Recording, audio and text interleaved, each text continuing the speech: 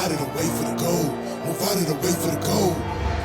Oh, big knee! The greatest of all time. Here we go, the epic trilogy fight. For the first time ever, Demetrius Johnson defends the one flyweight world championship in the USA. Greatest of all time, I'm an animal.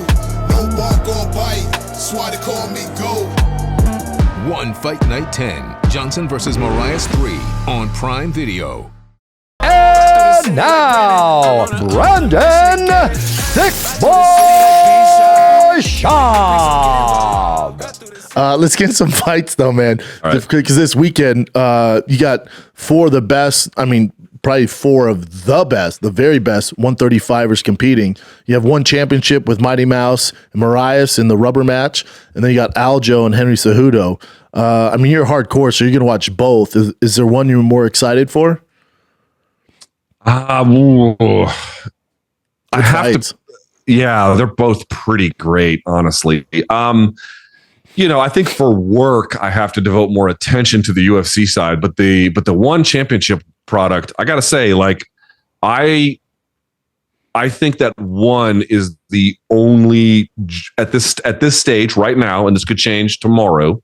But as we're speaking at this moment, I firmly believe that one is the only true alternative for MMA fans to the UFC. Like, there's obviously good fighters and good fights at Bellator. There's good fighters and good fights at PFL, but one is a very different product. They're in Colorado. For folks who don't know, this is a big deal. The UFC has pledged to not go back to Colorado because their commission decided to accept a different rule set, the one that one uses, which has a lot of differences, like knees to the head of a ground opponent, judging a fight as a whole, you name it. And I actually really like the way that they do judging. I like their open rule set. So, the commission in Colorado took a bit of a gamble with doing this. And I think MMA fans should be, supportive of any kind of promoter in that particular sense, trying to do something different in that regard. But with respect to the point of the fight itself, I think for me, if we look at the second fight, we're asking what might be different in the third one. Man, I'll tell you what, and it's something you're very familiar with, Brendan, elevation. The elevation in Denver is a motherfucker, because in the second fight between DJ and Moraes, DJ spent in the words of Rich Franklin, he spent the bulk of the first two rounds on his back. That absolutely happened. But then he began to fade a little bit in the third, and then he obviously got stopped in the fourth. DJ really put it on him. Man, if you're not used to that altitude, and we'll see if DJ is, I think he probably will find a way to make it work. But if you're not used to it, it will cut you in half. And I have a feeling it's going to play a major role in that outcome. Agreeing to that point, that's the reason why the UFC will never have a heavyweight fight in Colorado anymore, let alone, their issues with the commission. But even when they were going to Colorado, if you remember back in the day, you had Mark Hunt, Ben Rothwell. Remember how bad I was backstage when they walked past me for that fight. Exhausted. Yeah. So UFC's like, no more heavyweights. Well, how dare you? I thrived in that air. But yeah, so we had DJ on the show. He came to Colorado. He's been there for over 2 weeks to get acclimated. And then he met with professional cyclists, seeing when's the best time to do it, because obviously they have to compete in those high elevations. So he's really focused on that. He's been there over 2 weeks, training, getting ready for this. Now, Moraes, I don't know. I haven't heard. Yeah, and like all the places, I was looking at where he fought. He fought in Las Vegas, which has a little bit of elevation, but not much. And then him and Moraes have mostly fought in like Singapore, which is basically sea level, or places in the Philippines, which are basically sea level. So this is going to be a dramatic one. If he was fading in that fight, trying to hold on to DJ, but he also rocked him a little bit too with like a head kick in the second round. That's why I like this fight, because it's not like it's tough. It's tough to call because they've both like. Neither one like dominated the other. Like both fights go either way. So this third fight, it's not like DJ's just gonna mop the floor with him. Like, no, not really.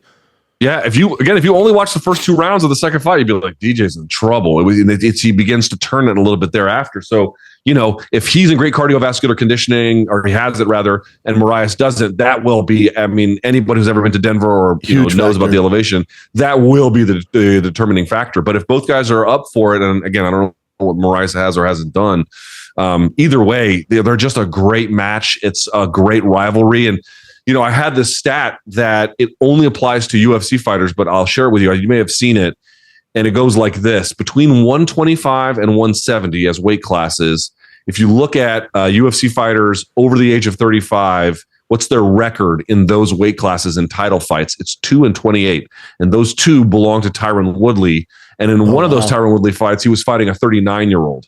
Right. So age is profoundly inclined to the lighter weight classes. You might be asking, well, what is it between 185 and up? It's 50-50. It's 50-50. You go from 2-28 to 50-50, basically. It's a dramatic drop down. Now, here's the funny part about it.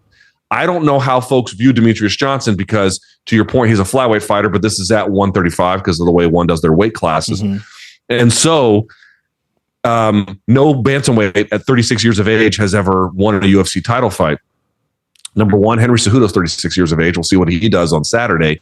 Also, when DJ beat Moraes in their second fight, he was already 36 by that time. Do you count that as part of it? No, because it's the UFC stat, but you know, that's of that grade, that caliber. So the really good ones can buck the trend. But again, who's getting older? Moraes is pretty old too, but I think DJ is the slightly older of the two. I'll double check that. Yeah, I'm not sure how old Moraes is, but and I did bring that stat up to DJ, and DJ was laughing at it. You know, he's like, yeah, but he did to the point. He's like, remember, I was 36 when I won the second fight. Yes. He's like, but it's not in the UFC, so that's not included in those stats. The other, Moraes is 35. Yeah, so Moraes is 35. 35. So he's right at it too. He's right there too.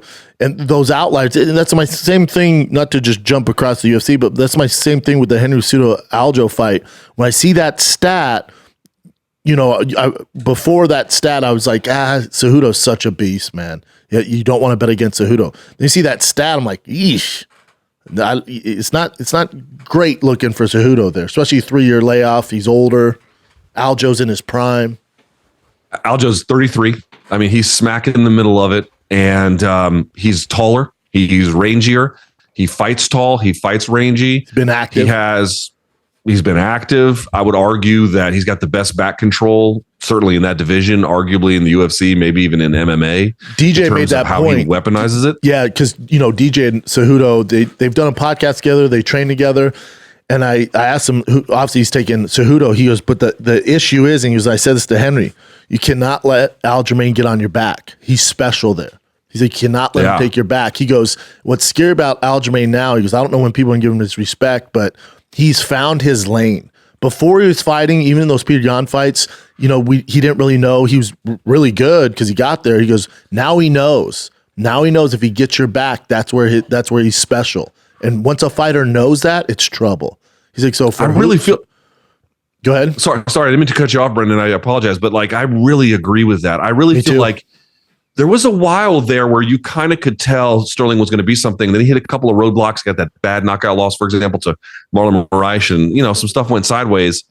But I feel like his game has not only has he found his own identity, but he's simplified it in like a, not like in making it dumber, but in elevating it. Like what I mean is, dude, he just knows, like him, Charles Oliveira, these guys, like if you look at, for example, if you look at the successful takedown rate for Aljamain Sterling, it's very low. It's in like the 40% or something, or even 20%. Sorry, his effective takedown rate is like somewhere 24%. I mean, it's low, super low. For a wrestler, that's really low. That's his background. Extremely low. Yeah. But you might be asking, well, how can it be so low? And how's this guy the champion? The reason why is because Sterling and some other guys, he's not alone in this regard, but there's a few guys right now who have, and you're seeing it more and more, but who have, to this point, done a really good job of not looking for takedowns, shooting takedowns, looking for back exposure. Yes, sir. That's it. They're just trying to get behind your elbows and get your hands to the mat. That is it. That's all they're trying to do. And then once they create back exposure, it's fucking curtains for you, bro. It's curtains for you. And you and I both have a very high opinion. Yeah. Well, I was going to say, you and I both have a very high opinion of Corey Sandhagen, but he ran into a buzzsaw that night from the back. And I understand that. Big time. Yeah, I love Corey. Absolutely adore Corey. But yeah, when DJ brought that up, I'm like, yeah, that's his special sauce. And he's like, and he knows that. And he's champion. He's like, it's trouble, man. He's like, that's why I told Henry, and he's going to shoot, and he has to be very careful. Because it's not even about the shot. It's about the transition. And Cejudo knows that he doesn't need to get fully in on that single leg or double leg. He just has to transition to your back. And once he gets there, we've been studying the tape. Like, he's the best I've ever seen do it. Once he gets your back, the way he can maneuver and capitalize on that, he's like, it's trouble, man. Yeah, I was like, definitely his wrist betting on Aljo. Thank you, DJ. Yeah. His wrist capture, I mean, his ability to control different, whether he needs hooks or whether he needs the body triangle, and then, how to use, I mean, he can just do all different kinds of stuff, from pinning to ground and pound to whatever else he needs to do. But the other point I want to make, though, is, when I say a stat like that, people automatically think that I'm telling you that Henry Cejudo can't win.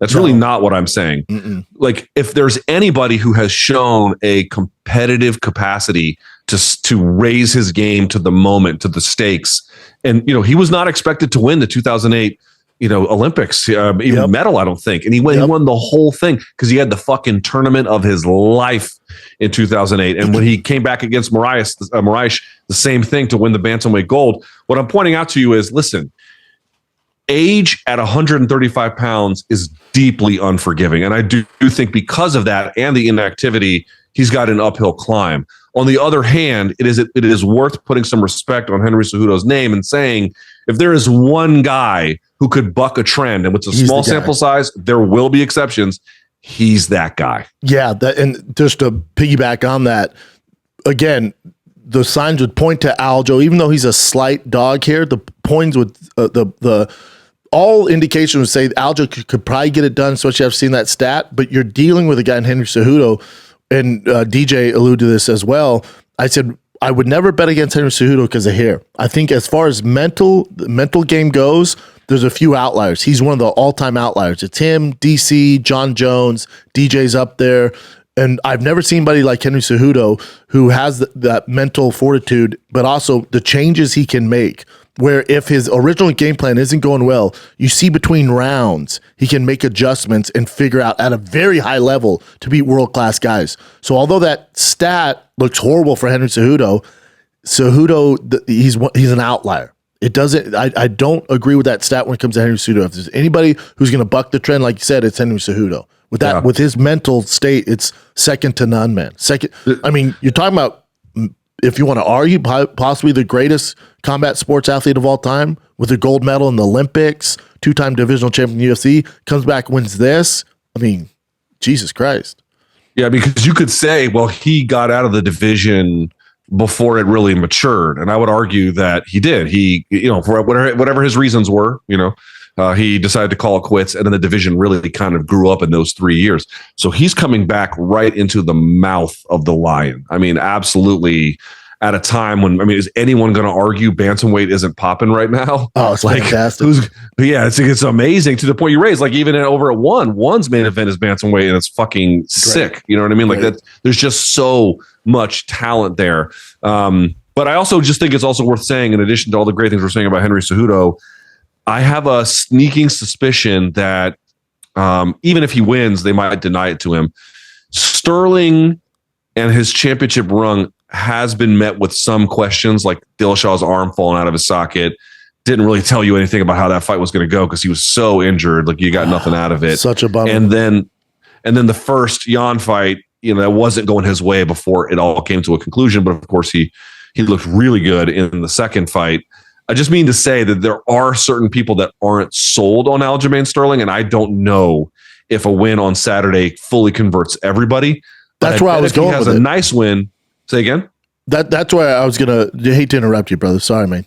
All I was going to say is, even if Aljo beats Cejudo, the lack of respect that Aljo gets, so if he beats Cejudo, the narrative, I guarantee, is going to be, Cejudo's older, man. Look at the stat. He's older. He's 36, 3-year layoff. What's next? It does for Aljo. This is, don't get me wrong, he wants to win, but it's a no win for him, really, because the people have that escape exit now. Go, Cejudo's older. It's like, oh, you assholes, man. I think that I agree in one sense, which is, because of the age, because of the time off, people be like, you got whatever version of Henry Cejudo this is, an aged version of, he's already on YouTube and he's already he's already pivoted, Yep. On the other hand, I think if he goes in there and has a tough fight but perseveres, like to the point you raised about Cejudo, you go to the Moraes fight, he was getting his legs chewed up in the first rounds, and then he took it away in the second round and then fucking put it on him in the third. You can see him take pieces of the game away from him in real time. If Sterling can muster an effort like that, to your point, there's going to be people who dismiss it. But I wonder if he might be able to get a little bit more respect if he can turn in a clear, dominant, forward, like aggressive, smart, even challenging effort. I wonder what that could do for him. If it's like a back and forth, we see him in a little bit of trouble. Maybe he's down 2 rounds, comes back, puts it on him, gets a late finish maybe. But if he goes out there and head kicks him in 15 seconds, we're like, that's going to do nothing for Aljo. It's going to be a great highlight. People like, oh, dude, you kicking an old guy's head off. And if he just takes his back for 3 or 4 rounds and then either submits him late or just grinds him out, that doesn't do much for him. He's got to do something memorable. It also gets interesting if you're the UFC, because if Aljo does win, then Merab and Aljo refuse to fight each other. So then you do Sugar Sean, probably, I guess. It gets a little tricky there. So Volkanovski, another guy's got a YouTube channel, believes that the winner here, no matter what, is going to call him out. And I think he's right. So, Cejudo's been wanting the Volkanovski fight for a while. Obviously, Volkanovski's got Yair Rodriguez at UFC 290. I don't know if he'll get it. Again, it depends on a lot of factors. Sterling, I think the cut to 135, he does it, and he's, diced to the socks, but I don't know how much longer he can keep that up. I think I think if he wins here, he has indicated that moving up is a real possibility for him as well. So I think you might get someone who just potentially, here's the thing. They don't want to give up the title and then just go to 140 and then not have the belt to make the most amount of money for Rev. So they want to use it to parlay a title shot. Can they get one at 145? Maybe Cejudo could. Yeah. But I don't know if the UFC is going to give Sterling that fight. Yeah, and Aljo's training partner, Steamroller, great guy. He's fighting on the card, and he was like, yeah, Aljo's going to go up. So there's a. They don't need to fight each other, because I told him, I said, don't get me wrong, man. I love that you guys are brothers and you've gone through camp together and you refuse to fight each other. I said, but becoming a world champion is life changing for your family. It's just life changing. The only person I want to fight is my brother. Outside that, I'm fighting anybody, man, to get to that title shot, So I said, I understand it, but at the end of the day, it's about providing for your family. And then Mike Steamroller goes, it's not all just about belts and money, man. Sometimes it's more about like our friendships. And he's like, and I do think we just got to wait. It's too early. Like he goes, because I think Aljo, he's talked about it. He can go up a weight class, and that leaves it open for Merab. So they don't need to fight, man. I was like, fair point. If that's what you guys want to do, fair point. Because Merab's a motherfucker. Yeah. Jesus. I mean, a nightmare to fight a guy who it's impossible for him to be tired.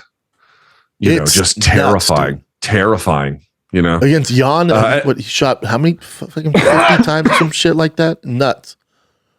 Like, I wasn't a pro athlete like you, but as heavyweights, like what Merab does in terms of volume is, even for Cain Velasquez, incomprehensible. It's incomprehensible.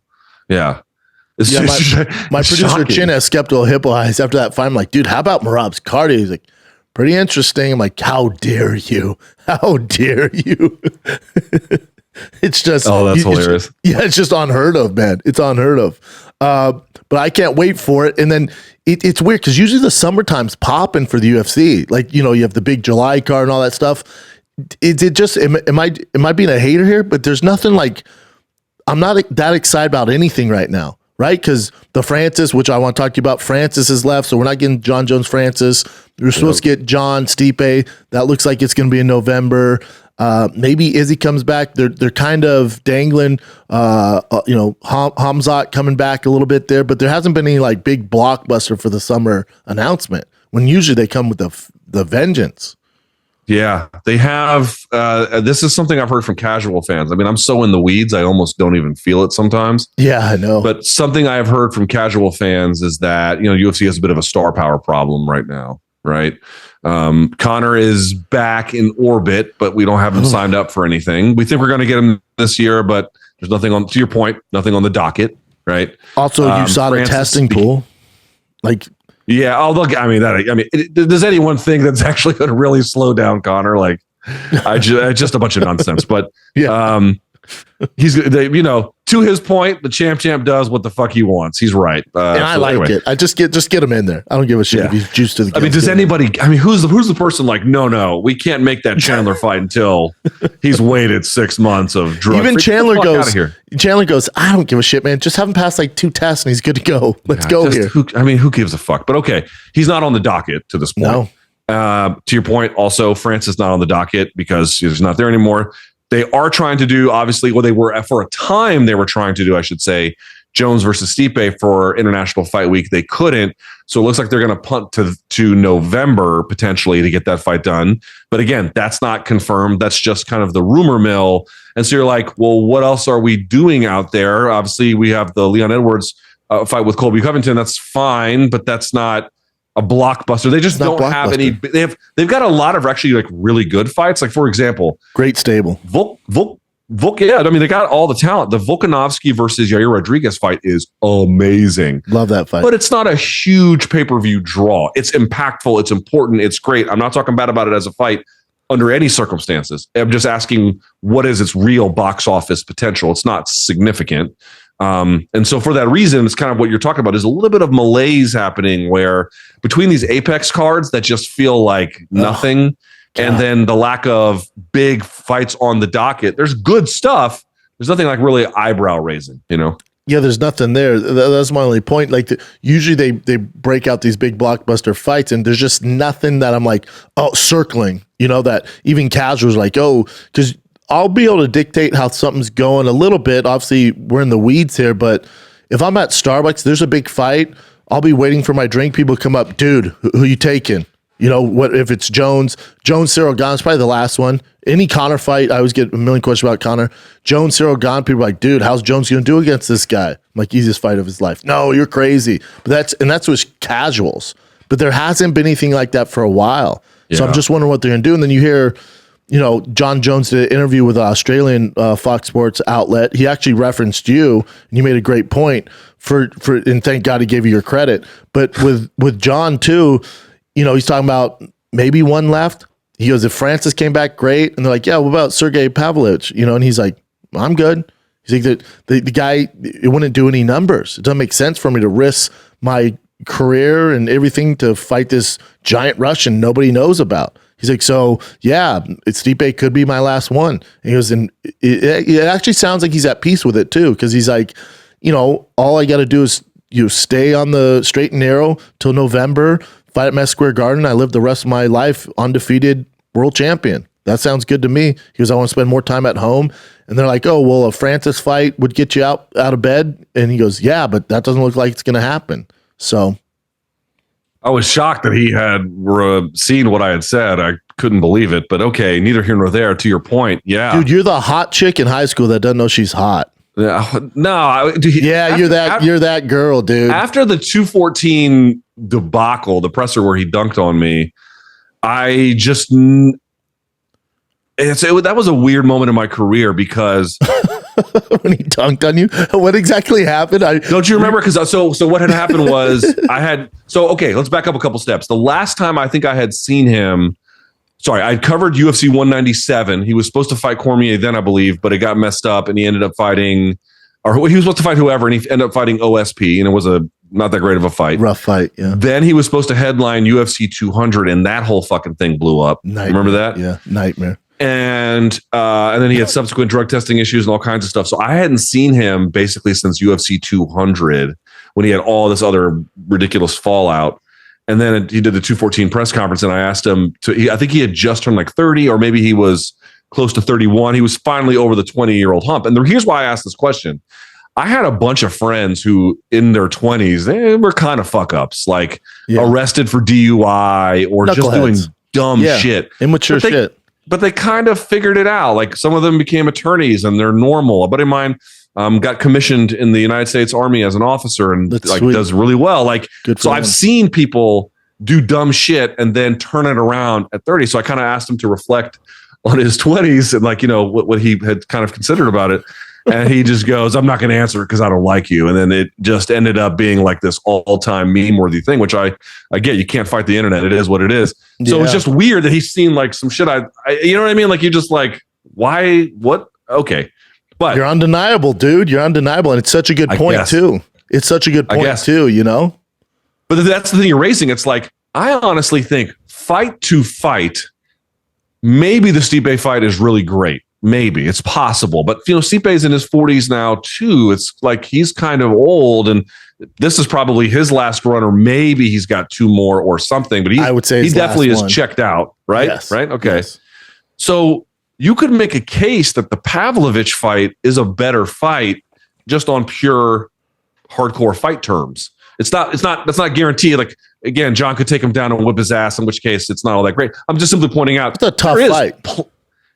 Exactly. There is plenty of natural fight intrigue in seeing Jon fight Sergey Pavlovich. But from a marketing standpoint, I don't know what the fuck it gets you. People were saying, do huge on pay-per-view. His Q rating here, Pavlovich, is very low. He just fought in the fucking Apex. Like, he doesn't have a whole lot of a fan base built here. In Russia, their UFCs are not sold on pay-per-view. It's part of your basic cable package over there. So that wouldn't do you any good. And he can knock your fucking head into the bleachers with his power. He's super And what are you going to get from the pay-per-view sales, which are tied to your pay, right? The more you sell, the more you make. Why the fuck would you take that fight if you don't have to? No, right. It's such a good point. It makes zero sense for Jon. And you look at his resume too. He's like, it just doesn't make any sense. He's like, literally, it's going to be Stipe. That hopefully that goes well. And then he goes, maybe I'd entertain the Sergey fight if the UFC stepped up in money and just gave me a guarantee, because we know it's not going to do well on pay-per-view. He's like, just makes no sense. He's a talented dude. He's a one-trick pony, which obviously it's Jon being Jon and fighters talk shit. I wouldn't call Sergey a one-trick pony. His wrestling background, he's no Punk. Like, if you saw when Curtis Blades shot in that double leg, talking about, a national champion, JUCO national champion. So is Jon. Like, JUCO national champion's no joke, man.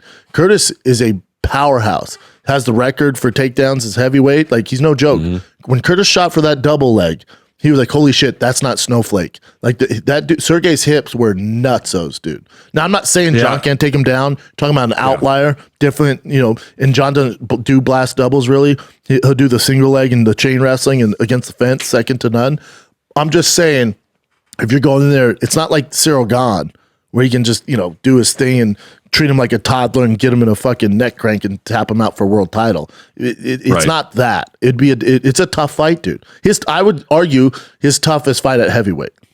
Yes, currently among UFC heavyweights, I would actually agree. Again, hard to know exactly what Stipe is going to give, but I would agree that Pavlovich is he's a hammer. Someone who I think is Russian was telling me that Pavlovich wrestled competitively all the way through age 18. Correct. I think Greco-Roman more than freestyle, but nevertheless, like he's not unaccustomed to a wrestling mat by any stretch of the imagination. So you add that to the fact that he's got the same reach as Jon, or like right around it, and he can obviously, decapitate you with power. Oof. It's a cool fight. But if you're fighting in the fucking Apex, dude, like you're not building a brand doing that. You're not building a brand doing that. And this is what's a shame, to jump into the Francis. How great of a fight would Francis Sergey be?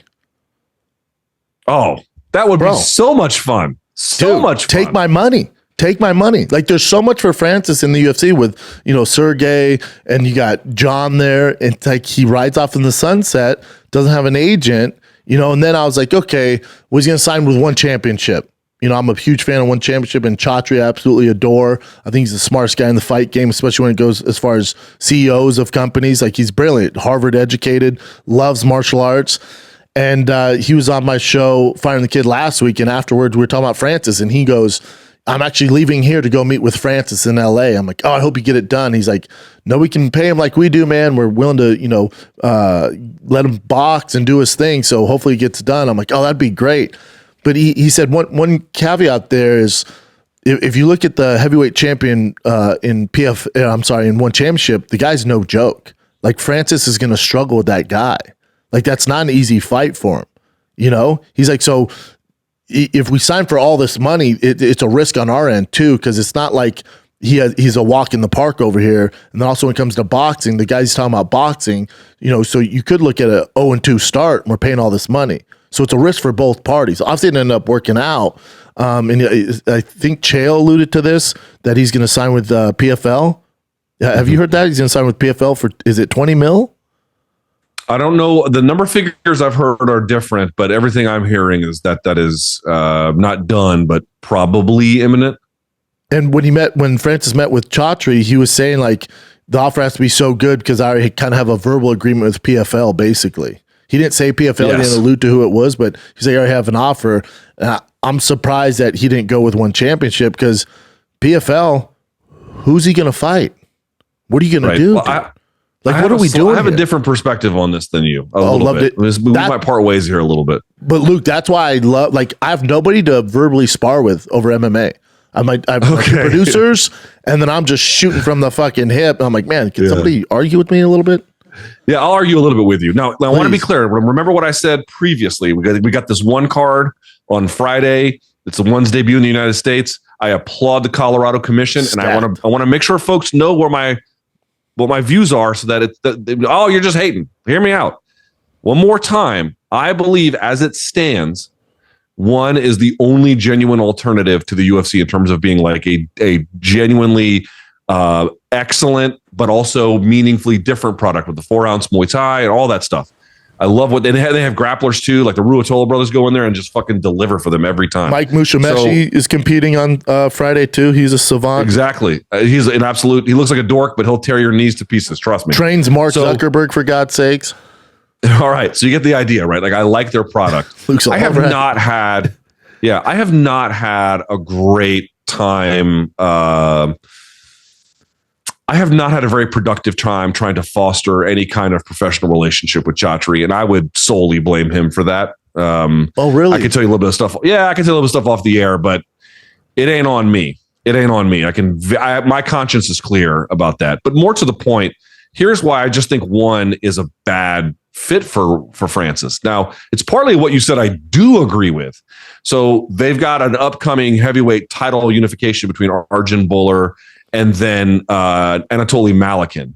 For folks who don't know who Anatoly Malikin is, you're probably about to find out. He is a fucking machine gun. Savage. He is this Russian dude who already has, by the way, the interim heavyweight title because Bhullar had some contract dispute. They're not going to fight, but that's been on ice for a little while. And then he went down to light heavyweight because he's like a really nimble heavyweight and beat Ranier de Ridder to get their light heavyweight title and did it like with ease. I mean, he beat the shit out of him. Butter. Yeah, beat the fuck out. Like it was nothing. And that dude is fucking great. He's so really good. Anatoly Malikin, to me, is maybe one of the most interesting fighters, not in UFC, independent of weight class, independent of organization. Right? He's just that good. He's just a little undersized, right? For heavyweight. Was he 227? Right. Yeah. He's more like a 6'1". He'd maybe? Be if MMA had cruiserweight, he'd be right there. He's something like that. He's the king of cruiserweight. Yeah, right. He would absolutely demolish people. So and again, we'll see what happens with him. But past those two guys, they don't really have anyone for him, and there's a bigger problem than just that. Beyond that, you would have to, if you're going to sign Francis, you need to be able to sign Francis's peers too. You have to be able to sign anyone else who could free themselves from contract to put themselves in a position to make you guys money for a fight. Like you think about guys who left UFC or any other organization to go fight Fedor in Pride. He was an attraction that pulled in that regard. So if you're going to do that, it's not just signing Francis, it's signing Francis and understanding that there's going to have to be a greater roster in play. Now, to the point that you raise, like, who's that going to be? I don't know the answer to that, but there is an interesting wrinkle to the story. Namely, other people have said this, and I looked into it. And I when I first heard this, I was like, this can't be true. And then I checked with some folks who would 100% know PFL is trying to buy Bellator. That actually is a real thing. Yes. Now, the problem is we don't know if Bellator is going to be sold in its entirety. We don't know if it's going to be sold a stake. We don't know if it's a minority share, a majority share. There's a lot of different ways this could go. But like, zoom out for a second. If you're the PFL, one thing they've been very good at is raising money.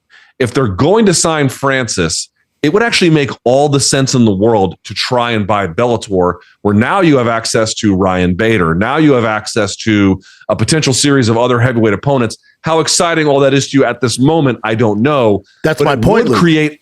Oh, but hold on, let me finish. Let's say that they get Francis. Let's say that they get, I know it's a long-winded point, so I apologize. No, please. Let's say that they get Francis and they're able to buy a controlling share of Bellator and let's say merge organizations.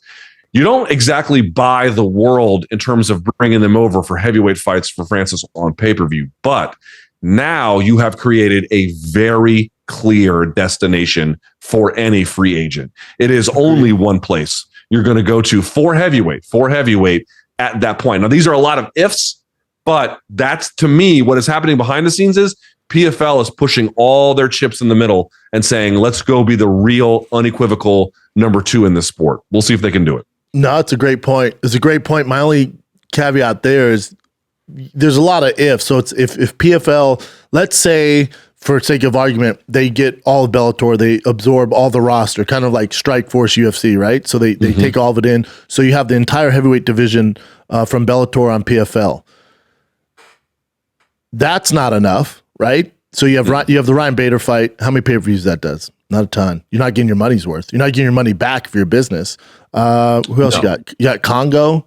You could do Congo. There's a potential way that you could maybe lure Fedor out of retirement. I doubt that they do, but so you get the old Fedor. Look at the conversation we're having. JDS, I think you could get. I think JDS is available. Again, no one you could make serious money on pay-per-view with. No, there's nothing there. So then you have to hope that by putting all those eggs in that basket, you become a destination for other fighters to come to fight. That's right. Francis is what you're banking on. But with one championship, I feel like they have the means, they have the money to do that. It's a risk either way. I think for Francis, the home run, we're a little bit of this has been a disaster because he doesn't have representation. And trust me, I'm a guy who I always believe I invest in myself. I'll negotiate myself. It's exhausting. There's a reason they get percentages. It's exhausting, and you're not getting the best deal. Even little old me has a guy who negotiates on my behalf. You know what I mean? Like, I get it. I tried it for a while, and it was a nightmare. But kudos to the guys that do, and they go, oh, well, I got this money. I'm like, trust me, you would have got more money with an agent because that's what they do for a living. But with Francis, I think at the end of the day, when we look back on this, let's say he signs with PFL and they absorb Bellator, no matter what Francis decides to do, if that boxing fight doesn't come to fruition, if he doesn't get a Wilder, a Fury, a Joshua, I think it's been a mistake. And I love Francis. Great guy. He's been on the show many times. I just think this whole kind of experiment of representing yourself and not signing with a major promotion and not, if he doesn't get that big boxing payday, this has been a disaster, man. Because what has he missed out on? If you didn't get boxing, okay, then you should have stayed with the UFC. You have Jon Jones. You have Sergey there. You have the biggest organization in the world and the marketing behind it, dude. And they offered you the biggest contract, whatever this means, in UFC heavyweight history. There's no way that we can take this as a W for Francis if the boxing doesn't come to fruition. Okay, so let's posit a world where he doesn't get the big boxing fight. Certainly, I would agree that would be a big hit. I mean, there's just no denying the amount of money a fight he could make with, let's say, Deontay Wilder or something. Nuts. We're talking what, 25 mil each for those guys, probably more, for Deontay. To the point of Jon Jones. Remember, Jon Jones wanted Deontay Wilder money, right? So that's great. So Deontay Wilder makes good money, folks. He makes great cash. So yes, insane money. If you don't have that, there is a big question about what did you really get from it. But I'm going to caution on two levels. One, we've just not seen the deal that he has, again, allegedly or about to sign with PFL. I want to see what the terms are before I make any kind of broad declaration about whether it was worth it, because there could be any number of things that they structure that could make that interesting or not. Right? It could be a complete disaster too. That's the other part. The other thing I think we should keep in mind here is, like, again, I don't think it would have been a disaster by any stretch of the imagination if Francis had signed with one, but I think it would have been a very limited deal in terms of what was really possible. Also, you got to remember, one does have a lot of capital. They have raised a lot of money, but okay, fair enough, but they are hemorrhaging it at an alarming rate. I mean, their level of debt is enormous. So there's that too. I doubt that played a role, but something to think about for the future. There's a lot of fake news in the media. In the MMA media in particular, like a lot of fake news. And I'll give you a great example, right? Now, I work at CBS Sports, and Scott Coker is at Bellator. Bellator is owned by the same parent company, Paramount. I'm not bagging on Scott. In fact, I'm almost saluting him. I love mean Scott. this. Yeah. So he got out there and he was saying, hey, we're involved. This is early on when Nate first left the UFC. He's like, hey, we're involved in the Nate Diaz sweepstakes. And then it turned out that both I heard this and I think Ariel reported it later that like Bellator didn't even have a conversation with Nate Diaz. Like it was never even happened. But he said it and the media just reproduced it because Scott knows that because he's a powerful figure, if he just says something, the media won't verify it at all. They'll just repeat it. It will literally happen. I would very much caution anyone, and this was for any promoter, anywhere, at any point, boxing, MMA, kickboxing, you name it. You do not have to take what any promoter says without verification. And if they've got a track record of duplicity or otherwise not exactly sharing the full details, you have, frankly, an obligation to do that. So I'm not telling you that what Chatri said to you is automatically wrong because I don't know that. But what I also don't know is the full side of Francis's story, what his deal is going to look like. And to me, PFL is able to raise much more money than basically any other entity outside of the UFC. How long they can stay in business, I don't know. The fact that BKFC at Dave Feldman had to put up 2 mortgages to pay for the last event, God bless them, but that's a very imperiled financial state. And one does have a lot of money, but they've also got a lot of debt. PFL made a lot more sense to me in terms of a business entity that could even afford him and then give him the luxury of what he wants between a boxing and MMA contract. So to wrap that all up, let's just see what his contract looks like before we declare one thing or the other. Agree, because the narrative out now, and this, Chatri told me this, they offer him $20 million guaranteed in percentage of pay-per-view. How true that is, I have no reason not to believe Chatri. I don't have the same experience or relationship that you do with him.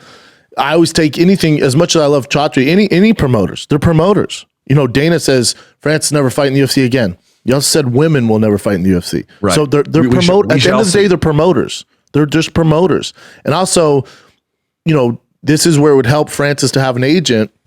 They can negotiate these things or have a conversation with the promoters, whoever they're negotiating with, because they know the narrative is going to come out. One championship, decide to part ways with Francis. Agents go, hey, before this gets out, let's agree how we're going to handle this in the media. But with Francis doing it himself, he's like, no, I'm good. And then Chatri comes out, nope, we offered him this money, we don't align, we're out. So it's Francis taking these kind of social media, fake media hits for the past 6 months, just hit after hit. He didn't have an agent. Yes, I really agree with that. I very much agree. The one thing about this entire process, and listen, Francis is his own guy. Again, let's see what he negotiates in the end. I don't know. And, I didn't love that Lamar Jackson wasn't out there with an agent and just representing himself. Drives me nuts. He did get a good deal. He got a good deal. God bless him for it. People say that, though. Look at Lamar, didn't have an agent. I get that. And the guy did sign for the most guaranteed money in the history of NFL quarterbacks. Yeah. Trust me, he would have got a better deal if he had an agent. Right. In general, I'm with you. And I think that the one part of this process that I do really disagree with Francis on is if you didn't like your old agent, fine. You need to get someone to represent your interests. You should not be doing this yourself. The guy who is his, what's the saying? I'm going to botch it, but the man who has, basically the idea is like, if you represent yourself in court, you have a fool for a client, Yeah. It's kind of like that. I just don't, maybe he can make it work. We shall see.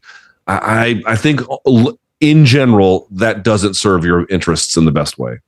I mean, I hope it works out for Francis. I hope it works out for Francis. And the other thing with the PFL, we can end on this. Also, the other thing with the PFL, it's like with that big boxing fight out there, you just got to worry about. So the PFL is going to co-promote that with you. Is that going to be outside the contract? Right. PFL's never promoted a major boxing fight, and they're working with Bob Arum and these savages from the boxing world.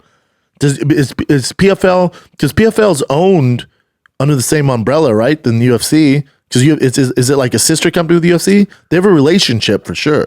They have there's no ownership ties between UFC and PFL. They obviously have the same broadcast partner in ESPN, and then to that point, Top Rank, the biggest boxing promoter who's on ESPN, Bob Arum runs Top Rank. He has expressed interest in there you go in Francis, but like to the point that you raised, if you're Francis, whether you negotiated it or if someone else could have done it, would have been great. There needs to be a clear split. Like you need to have an MMA contract and you need to have a boxing contract where you work with a boxing promoter. Fuck all that. Like, because you can get in the weeds. They're going to take your money otherwise. Yeah, that's what I'm saying. You're getting the weeds. Boxing promoters, you're just going to get in the weeds there, and you got to worry about. I know, but fighting. You can make the reality is in boxing, you can just here's an easy way. A sides in boxing rig the game. And I'm not rigging it in terms of the results, but like for pay. So I'll give you a great example. Like I've covered many Canelo fights, and he is a gentleman, and he does now interviews in English, and he's a fucking fighter's fighter. Everyone loves Canelo. One thing Canelo does is he like, I'm going to make this part of like, I'm going to get a check as a fighter, and then he's going to co-promote with, Eddie Hearn or whoever with Canelo Promotions. Like, dude, what does Canelo Promotions do on Fight Week? Yeah. Nothing. But they get extra money by virtue of being this almost technical entity. So you can get a lot of Jake extra money doing shit like that. Jake Paul too, same thing. No, dude, no. No. I will give credit to Jake Paul. MVP does a lot on Fight Week. Most Valuable Promotions is his company. Agree, they do a ton.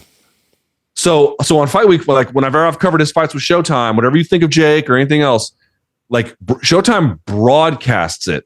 But the people who put the events together, including weigh-ins, including pressers, including anything, that's all Jake Paul. That's everything you see there is 100% Jake Paul. Yep. Showtime just shows it to everyone. Yep. Jake Paul sets all that up with his promotional entity. So shouts to him. He actually does a lot.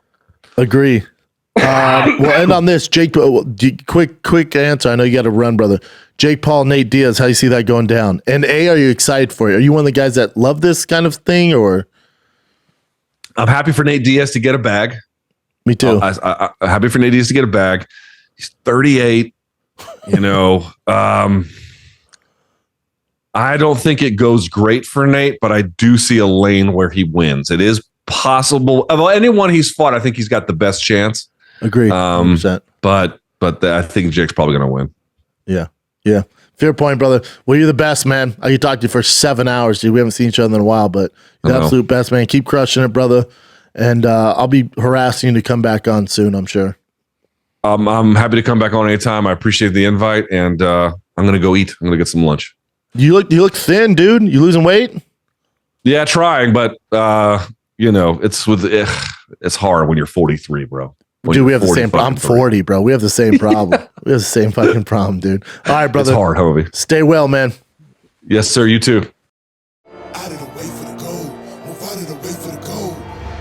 Oh, big knee! The greatest of all time. Here we go, the epic trilogy fight. For the first time ever, Demetrius Johnson defends the one flyweight world championship in the USA. Greatest of all time.